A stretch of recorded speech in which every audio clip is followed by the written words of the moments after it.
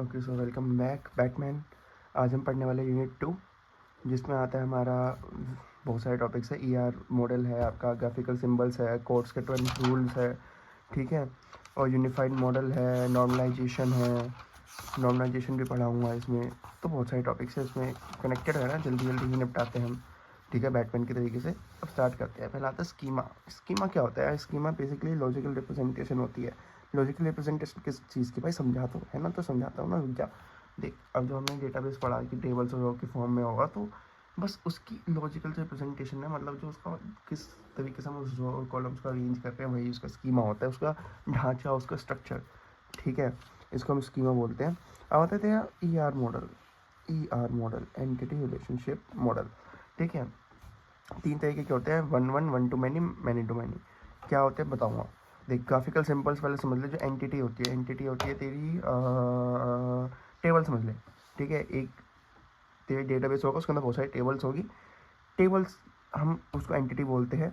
उस अब देख, टेबल के अंदर क्या हो गए थे? एट्रीब्यूट्स हो गए, जो थे कॉलम्स हो गए, है ना। तो उसको हम एट्रीब्यूट्स को ऐसे ओवल से या फिर जो भी है इसको इससे रिप्रेजेंट करते हैं, उसको आता है रिलेशनशिप। अब देख, फॉर एग्जांपल स्टूडेंट है, स्टूडेंट का रिलेशनशिप दूसरी टेबल से कैसे हो सकता है?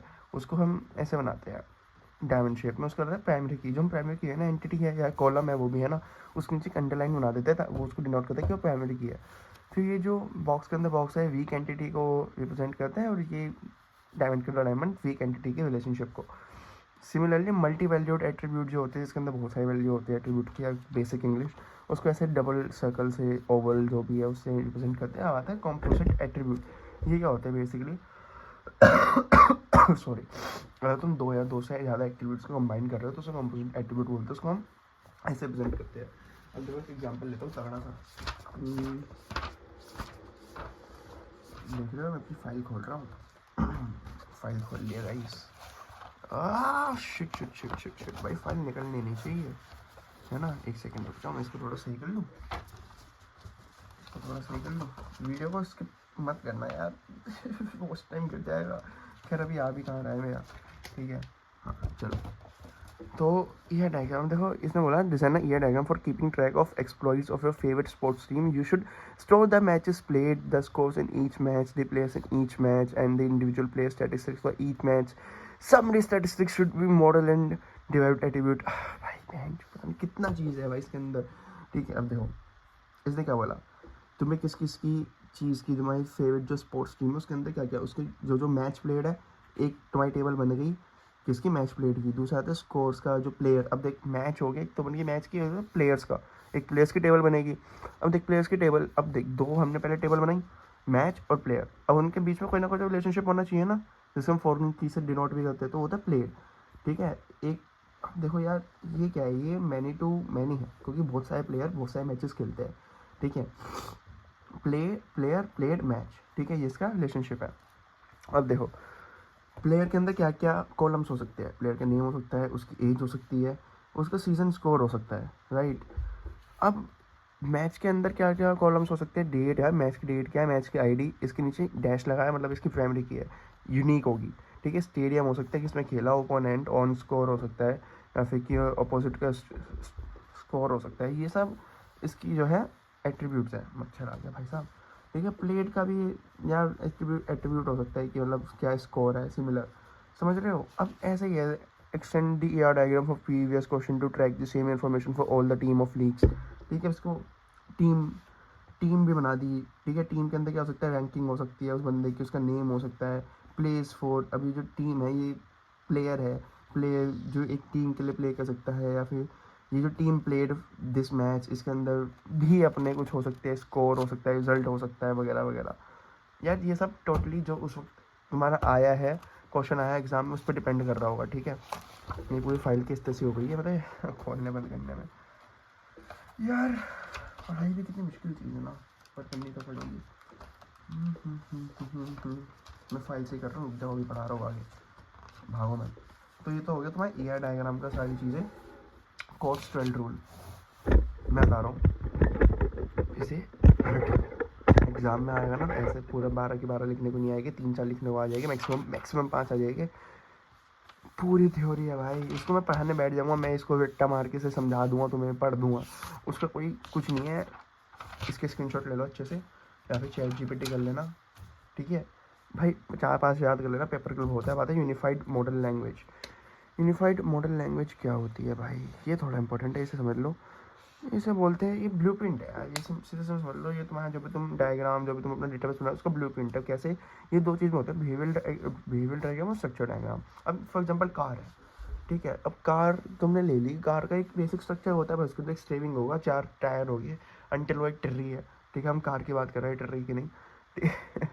तो उसके अंदर एक स्टेयरिंग होगा, 4 टायर होगे, एक इंजन होगा भाई, 5 सीटर होगी, 7 सीटर होगी, ज़्यादा अमीर हो तो शायद भाई क्या पता इससे भी बड़ी गाड़ी ले लो, ठीक है। लेकिन उसका बेसिक स्ट्रक्चर तो यही होता है भाई।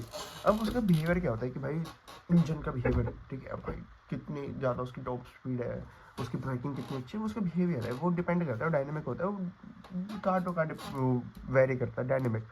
और जो स्टैटिक है वो उसका स्ट्रक्चर, भाई एक स्टीयरिंग तो होगा ही होगा, ठीक है, अब तुम बाइक और हैंडल तो लगाओगे नहीं ना कार में, सिमिलर चीज़ है। तो भाई यूएमएल डायग्राम इन 2 ही चीज़ों में डिवाइडेड होता है, यही यूएमएल होता है पूरा। अब आते हैं अपने नॉर्मलाइजेशन पे। नॉर्मलाइजेशन क्या होता है? It is a technique to remove और reduce redundancy, duplicacy from a table. जैसे मैंने पहले पढ़ा था, रिडंडेंसी डुप्लीकेसी होती है टेबल में, उसको रिमूव करने का एक तरीका है। ऑफ 2 टाइप्स नॉर्मलाइजेशन, 2 तरीके का होता है, रो लेवल और कॉलम लेवल। रो लेवल क्या होता है? ओहो भाई, इंस्टाग्राम की मेरी स्टोरी पे लाइक आया है, अभी जाके देखूँ मतलब हल तक इसका है, ठीक है। रो लेवल क्या होता है? Can be removed by creating primary की यूनिक प्लस नोट नल।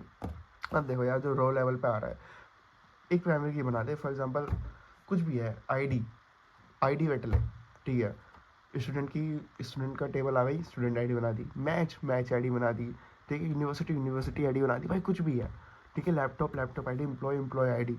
इससे तुम्हारी रो लेवल की जितनी भी रिडंडेंसी है, जितनी भी तुम्हारी डुप्लीकेसी है, वो सॉल्व हो जाएगी। मेन दिक्कत आती है कॉलम लेवल में। कॉलम लेवल में जो 3 तरीके की तुम्हारी प्रॉब्लम्स आती है, बताते हैं इंसर्शन, नॉर्मली पता नहीं क्या लिखा है, मैंने भूल गया, ठीक है, डिलीशन एनोलॉमी, और आता है एनोलॉमी, ठीक है, अपडेशन एनोलॉमी। एनोलॉमी का मतलब ही दिक्कत होता है, मैं भूल गया था, सॉरी भाई, मैं भी इंसान हूँ, ठीक है। लेकिन इंसर्शन, डिलीशन और अपडेशन में 3 तरीके की दिक्कत आती है, ओके। अब आता है फर्स्ट नॉर्मल फॉर्म। अब देख, नॉर्मलाइजेशन तूने बहुत बार सुना होगा, अब तक तो सुन लिया होगा कहीं ना कहीं पे। First normal form, second normal form और थर्ड नॉर्मल फॉर्म होता है, ठीक है। और ये आ जाएगा आगे। फर्स्ट नॉर्मल फॉर्म क्या होता है? Table should not contain any multi valued attribute. For example, अब देख, ये तेरा टेबल है, ठीक है। अब देख, मैंने ये 3 नाम लिए, कार्तिक, राघव, प्रशांत, राघव, ठीक है। अब देख, कोर्सेस में क्या है? मल्टी वैल्यूड है, C++ भी है, जावा भी है, सी और DBMS भी है कि नहीं? अब देख, this is not in first normal form. First normal form क्या कहता है कि भाई कोई भी कंटेंट, कोई भी तुम्हारा जो एट्रीब्यूट है वो मल्टी वैल्यूड नहीं होना चाहिए। अब देख, यहाँ पे 2 कोर्स आ रहे हैं, है ना, तो इसके लिए बहुत सा सोल्यूशन हो सकता है। एक तो नॉर्मल सा सोल्यूशन ये है कि भाई इसको अलग अलग करके लिख दे, कार्तिक को 2 बार लिख दिया, उसके 2 बार ये लिख दे कोर्सेज का नाम, ठीक है, और फिर वही राघव के में भी 2 बार बना के सी और DBMS अलग अलग लिख दिया। बट इसमें प्राइमरी की क्या बनेगी? प्राइमरी की अब तो देख, रोल नंबर भी 2 बार आ गया, है ना, 1 ये भी यूनिक नहीं रहा, एक बंदे का सेम रोल नंबर हो गया, नाम भी सेम हो गया, कोर्स अलग हो गया फाइनली, लेकिन कोर्स यहाँ पे देख, सी ये भी सेम हो गया। अब प्राइमरी की ये तो बन नहीं पा रहे, तो प्राइमरी की के लिए हम 2 चीज़ ले लेंगे, roll number and course combined. Roll number और कोर्स कंबाइंड किसी का सेम नहीं आ रहा, देख, है ना, तो इसको हमने प्राइमरी की बना दिया, जिससे इसको कंपोजिट प्राइमरी की। जब तुम 2 चीज़ों को बना के एक प्राइमरी की बनाते हो तो कंपोजिट प्राइमरी की बोलते हैं। अब इसका एक और इलाज है भाई, एक और इलाज क्या हो सकता है? कोर्स 1 कोर्स 2 कर दे। अब देख, इसमें जो है प्राइमरी की थी रोल नंबर बन गया भाई, यूनिक रह गया, ठीक है। और बहुत अदर सॉल्यूशंस भी है कि भाई तूने 2 अलग अलग टेबल बना दी, एक टेबल तूने ये बना दी रोल नंबर और नेम की, ठीक है, इसमें प्राइमरी की थी रोल नंबर हो गई, दूसरी तूने रोल नंबर और कोर्सेज की बना दी। अब जो यहाँ के जो रोल नंबर और फॉरवर्डिंग की तरह एक्ट करेगी, यहाँ की प्राइमरी की तरह यहाँ से तू उसको एक्सेस कर सकता है ना। तो मतलब बहुत सारे तरीके हो सकते हैं, बस तुम्हें मेन चीज़ याद रखनी है कि कोई भी एट्रीब्यूट का मल्टी वैल्यूड नहीं होनी चाहिए, ये तुम्हें सॉल्व करना है, चाहे तुम इन तीनों में से किसी भी तरीके से सॉल्व करो, ठीक है। अब एक चीज़ है क्लोजर मेथड बहुत इंपॉर्टेंट है, ये पढ़ लेना, मतलब मैं पढ़ा रहा हूँ, सुन लो। यूज टू फाइंड कैंडिडेट की using which all attributes of a relational database can be found, ठीक है। सारी कैंडिडेट की क्या होती है जो कि प्राइमरी की नहीं बन पाई, ठीक है, पर प्राइमरी की बन सकती है, लेकिन हमने उसको चूज़ नहीं करा, वो होता है कैंडिडेट की, जैसे उसने तुम्हें चूज़ नहीं करा था, ठीक है। मेरे को भी नहीं करा था, खैर छोड़ो।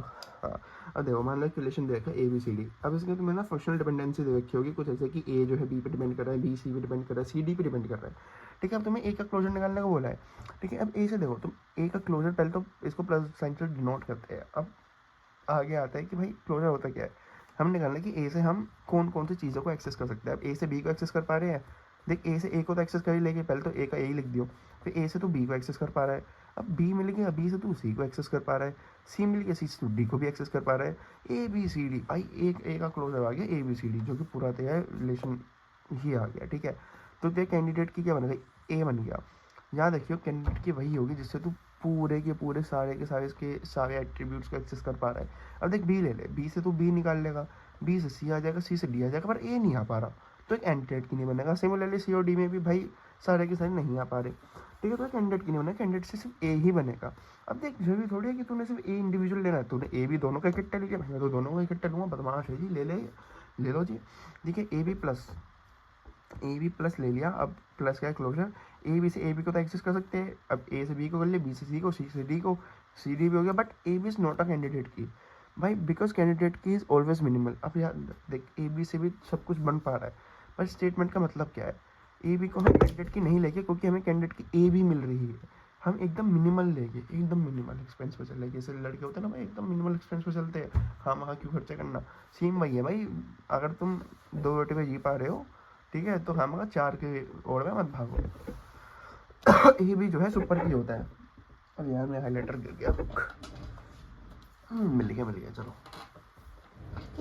एग्जाम्पल 2 यार, ये सब एग्जाम्पल्स ही है सेम, बस एक चीज़ समझ ले, प्राइम एट्रीब्यूट होते हैं, नॉन प्राइम एट्रीब्यूट क्या होता है। प्राइम एट्रीब्यूट वो होता है जो कि कैंडिडेट की बनाने में मिला है। फॉर एग्जाम्पल जो खाम हो रखा है भाई, कैंडिडेट की जो है हमारी इस वाले में देखिएगा ना, तो ध्यान से देखिएगा, यहाँ पे डी से ए भी डाल दिया इसमें, तो इसकी वजह से ना अब सारे A plus B plus C plus D plus इन सब का क्लोजर सेम ही आएगा। यहाँ पे क्यों नहीं आ रहा था, क्योंकि ये डी से ए नहीं जा रहा था, है ना। यहाँ पे कैंडिडेट की में ए बी सी डी आ जाएगी। प्राइम एट्रीब्यूट होते हैं जो कि कैंडिडेट की के अंदर जो उसको बनाने के लिए लगे हैं, ए बी सी डी लगा है। नॉन प्राइम एट्रीब्यूट क्या है, कुछ भी नहीं, मतलब जो इसमें था सब लग गया। अब देख यहाँ से ज़्यादा क्लियर होगा, इसमें प्राइम एट्रीब्यूट क्या है, कैंडिडेट की में बनाने के लिए क्या लगा है, ए लगा है, तो ए आ गया। नॉन प्राइम एट्रीब्यूट क्या है, जो कि इसको बनाने में नहीं लगा, जो कि बचे हुए हैं, तो ए को छोड़ के क्या बचा हुआ, बी सी डी आ गया। बस यही कंसेप्ट है इसका बेसिक सा। एक और एग्जाम्पल है, काम टाइम वेस्ट हटा, फंक्शनल डिपेंडेंसी देख ले।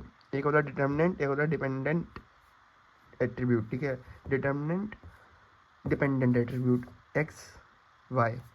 ठीक है, बस ऐसे में कैसे ही समझाओ भाई, ये तो बहुत ही बेसिक चीज़ है यार। अगर तुम ये भी नहीं समझ पा रहे, एक्चुअल में तुम्हें इंजीनियरिंग छोड़ देनी चाहिए। अगर तुम इतनी बेसिक चीज़ भी नहीं समझ पा रहे हो तो कहते हैं भाई तू मुझे मैं बोल रहा है कि इंजीनियरिंग छोड़ दे, तू खुद ही छोड़ दे, देर से बड़ा नहीं ज़्यादा, ऐसा भी कहते हैं कुछ लोग।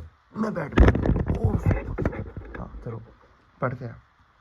एक्स डिटरमाइंस वाई या फिर वाई डिटरमाइंड बाय एक्स, इसको ऐसे बोलते हैं। ठीक है, अब देख मेरी बात सुन फटाफट, देख अब एस आई डी ले ली हमने। अब देख 4 केस लिए हमने एस आई डी, जिसमें आई डी अलग अलग है, नाम भी अलग, नाम सेम है। ठीक है, दूसरा आते थे एस आई डी मतलब दोनों कॉलम तेरे सेम है, ठीक है, एग्जैक्टली सेम है। तीसरा आता है कि तेरा एक कॉलम सेम है, दूसरा अलग है, दूसरा आता है दोनों ही अलग है।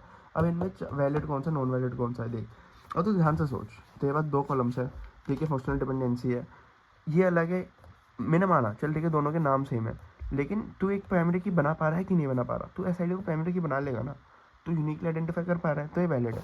अब देख एस आई डी ले ले, अब देख यहाँ पे ये भी सेम है, ये भी सेम है, इसका मतलब क्या है, इसका मतलब क्या है, इसकी तो प्राइमरी की बना सकता है भाई, एस आई डी को तो प्राइमरी की ले सकता है। क्यों, क्योंकि बस वो रिडंडेंसी है, वो डबल मतलब वो 2 बार आ रहा है, लेकिन वो है तो सेम ही चीज़, तो ये भी वैलिड है। तीसरा ले ले, इसमें तो क्या प्राइमरी की बना पा रहा है, हमें बना पा रहे थे, तो ये भी अलग है, ये भी अलग है। अब यहाँ आ जा, यहाँ पर तो प्राइमरी की बना पा रहे हैं, या तू कह सकता है कि मैं यहाँ एस नेम को बना सकता हूँ। एस नेम को भाई तू नहीं बना सकता, नेम बहुत अलग अलग हो सकते हैं, तो एस आई डी यूनिक हो सकती थी, लेकिन अब तेरी सेम आई डी पे 2 बंदे अलग अलग नाम के कैसे आ सकते हैं, तो फ्रॉड है, ये रॉन्ग नंबर है ना, तो इसको इनवैलिड बोल देगी। और तो ट्राइवल फंक्शन डिपेंडेंसी क्या होती है, trivial function dependency Y subset of X always true, X से वाई लेफ्ट हैंड, बहुत देख एक्स से वाई डिपेंडेंसी होगी, वाई सबसेट ऑफ एक्स होना चाहिए, ये ऑलवेज ट्रू होना चाहिए, यही तेरे ट्राइवल फंक्शन डिपेंडेंसी बोलती है। और एल एच एस और आर एच एस का जो कि इंटरसेक्शन है, यानी जो कॉमन है, वो नॉट इक्वल टू 0 होना चाहिए। ठीक है, मतलब इन दोनों में कुछ भी कॉमन, मतलब कुछ ना कुछ कॉमन आना चाहिए। ठीक है, ऐसा नहीं है कि कुछ भी कॉमन नहीं आया। ओके, ये है भाई trivial function dependency. Always subset होना चाहिए, यही मेन है। ठीक है। नॉन ट्रैवल फंक्शनल डिपेंडेंसी भाई ऑफ कोर्स इसका उल्टा होगा, मतलब कि इन दोनों का जो इंटरसेक्शन है वो इक्वल टू जीरो होना चाहिए, कुछ भी इनमें कॉमन नहीं होना चाहिए। ठीक है। अब आते थे प्रॉपर्टीज ऑफ फंक्शनल डिपेंडेंसी। ये बहुत इंटरेस्टिंग चीज़ है क्योंकि मुझे थोड़ा अच्छे से आता है। ठीक है। ओ यार अभी तो बहुत बचा है, चल आज अभी पढ़ता है। इसको 2 पार्ट में बना दूँ क्या? चल इसको ये एक पार्ट बनाते हैं फिर दूसरा पार्ट बनाते हैं ताकि तुम बोर ना हो।